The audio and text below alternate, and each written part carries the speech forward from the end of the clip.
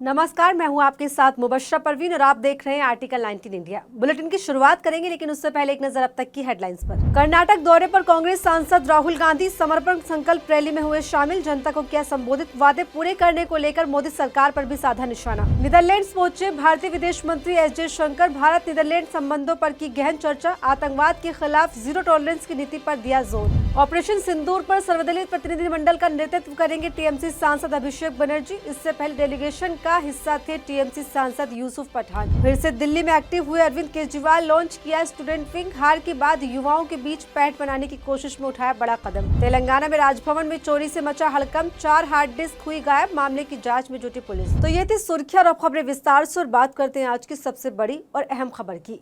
वक्फ संशोधन अधिनियम 2025 की संवैधानिक वैधता को चुनौती देने वाली याचिकाओं पर सुप्रीम कोर्ट में आज एक बार फिर से सुनवाई हुई। जस्टिस बी आर गवई और जस्टिस मसीह की बेंच ने मामले की सुनवाई के दौरान सॉलिसिटर जनरल तुषार मेहता ने जहां 3 मुद्दों पर जवाब दिया, तो वहीं वरिष्ठ वकील कपिल सिब्बल ने इन दलीलों का खुला विरोध किया। क्या कुछ हुआ कोर्ट में, आइए जानते हैं इस रिपोर्ट में। सुप्रीम कोर्ट में मंगलवार को वक्फ संशोधन अधिनियम 2025 की संवैधानिक वैधता को चुनौती देने वाली याचिकाओं पर सुनवाई हुई। इसमें मुख्य न्यायाधीश भूषण रामकृष्ण गवई की अध्यक्षता वाली 2 सदस्यीय पीठ ने पक्ष और विपक्ष की दलीलें सुनी, जहां संवैधानिकता को चुनौती देने वाली याचिकाओं में संशोधित कानून को मुसलमानों के धार्मिक स्वतंत्रता के अधिकार का उल्लंघन बताते हुए रद्द करने की मांग की गई। इस दौरान सॉलिसिटर जनरल तुषार मेहता ने कहा कि बेंच ने पहले 3 मुद्दे उठाए थे। स्टे के लिए हमने इन तीनों पर जवाब दाखिल किया था, लेकिन अब लिखित दलीलों में और भी मुद्दे शामिल हो गए हैं। सिर्फ 3 मुद्दों तक सुनवाई सीमित हो। कपिल सिब्बल ने इसका विरोध किया और अपनी दलीलें कोर्ट के सामने रखी। पिछली सुनवाई में जब केंद्र ने कहा था कि अधिसूचित या पंजीकृत वक्फ, जिनमें वक्फ बाय यूजर भी शामिल है, उन्हें गैर अधिसूचित नहीं किया जाएगा और न ही उनकी प्रकृति में बदलाव किया जाएगा। इस पर कपिल सिब्बल ने कहा, महत्वपूर्ण कानून पर टुकड़ों में सुनवाई नहीं हो सकती। कपिल सिब्बल ने तर्क दिया कि संशोधित कानून संविधान के अनुच्छेद 25 यह अनुच्छेद धर्म पालन, उसके अनुरूप आचरण करने और धर्म का प्रचार करने के अधिकार की गारंटी देता है, इसका उल्लंघन करता है। इसी के साथ उन्होंने कहा कि ये कानून असंवैधानिक और वक्फ संपत्ति को कंट्रोल करने वाला और छीनने वाला है। आपको बता दें, इस कानून में जिन 3 मुद्दों पर केंद्र सुनवाई करना चाहता है, उन 3 मुद्दों में से एक मुद्दा है waqf by court, waqf by user या वक्फ बाय बी द्वारा घोषित संपत्तियों को डिनोटिफाई करने की शक्ति याचिकाकर्ता द्वारा उठाया गया। दूसरा मुद्दा राज्य वक्फ बोर्डों और केंद्रीय वक्फ परिषद की संरचना से संबंधित है, जहां उनका तर्क है कि पदेन सदस्यों को छोड़कर केवल मुस्लिम सदस्य इन संस्थाओं में होने चाहिए। तीसरा मुद्दा उस प्रावधान से संबंधित है जिसके अनुसार जब कलेक्टर ये पता लगाने के लिए जांच करेगा कि वक्फ घोषित की गई भूमि सरकारी है नहीं, तो जांच रिपोर्ट आने तक संपत्ति को वक्फ नहीं माना जाएगा, जिस पर कपिल सिब्बल ने खुलकर अपनी दलीलों के साथ इसका विरोध किया है। अब देखना होगा कि आगे इस मामले पर और कोर्ट में क्या कुछ तस्वीर सामने होती है।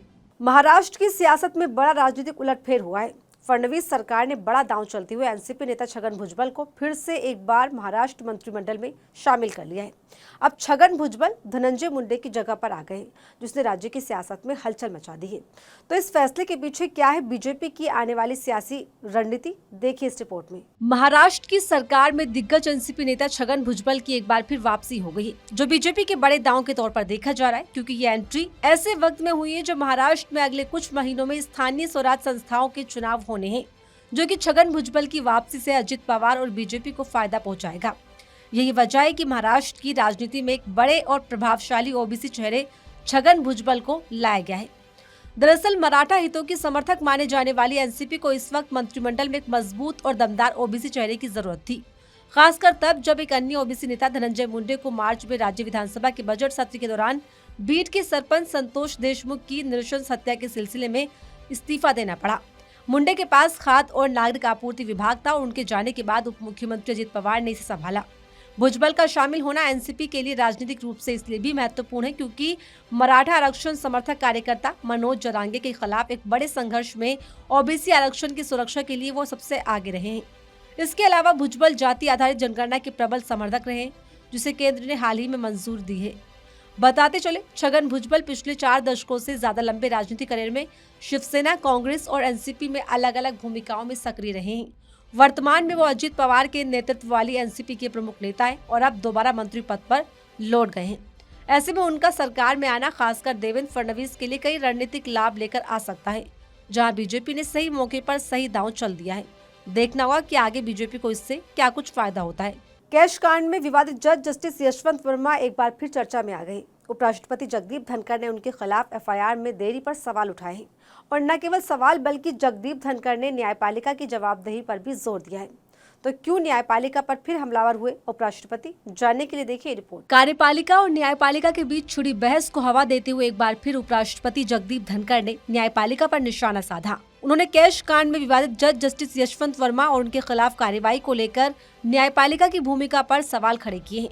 दरअसल मार्च 2025 में हुए कैश कांड मामले में अभी तक एफआईआर दर्ज नहीं की गई, जिस पर उपराष्ट्रपति जगदीप धनखड़ ने गंभीर सवाल उठाए। उन्होंने लोकतंत्र में ज्यादा जवाबदेही की वकालत करते हुए इस मामले को कानून के शासन पर विश्वास उठने से जोड़ दिया। ये बात उन्होंने सोमवार को एक पुस्तक विमोचन कार्यक्रम में कही, जो इस वक्त चर्चा का विषय बन गई है।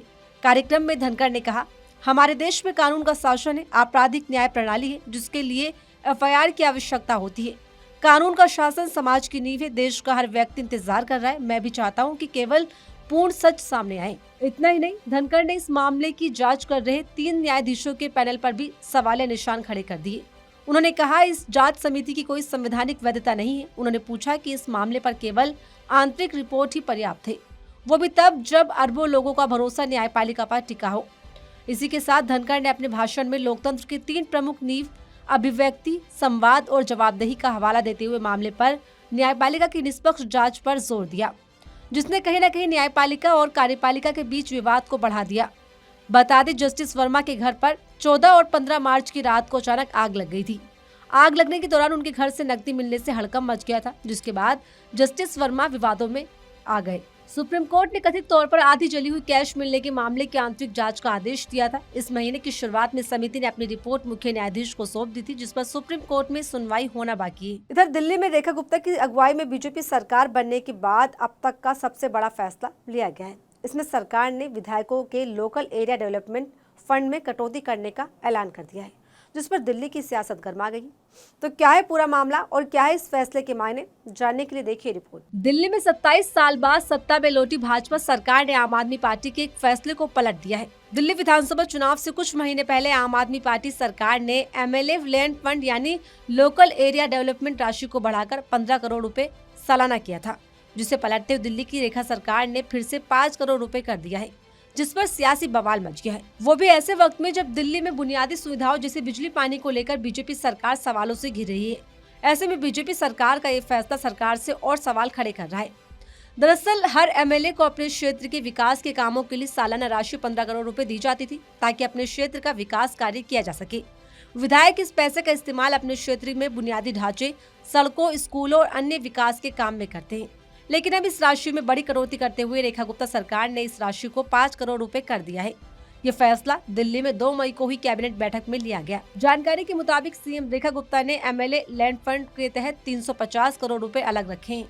ये रकम दिल्ली के सभी 70 विधायकों को 5-5 करोड़ रुपए के रूप में बांटी जाएगी। हालांकि भाजपा सरकार ने इस कटौती के पीछे वित्तीय अनुशासन और संसाधनों के बेहतर उपयोग का कारण बताया है। सरकार का कहना है कि इस कदम से अनावश्यक खर्चों पर अंकुश लगेगा और विकास कार्यों को अधिक पारदर्शी ढंग से लागू किया जाएगा।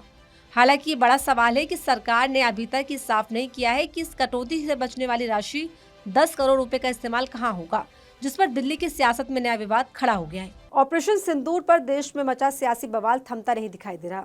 इस बीच सेना के अपमान पर छिड़ा विवाद भी गहराता दिखाई दे रहा है, जहां बीजेपी मंत्री विजय शाह और सोनीपत के प्रोफेसर अली खान को लेकर हुई अलग अलग कार्रवाई चर्चा का विषय बनी हुई है।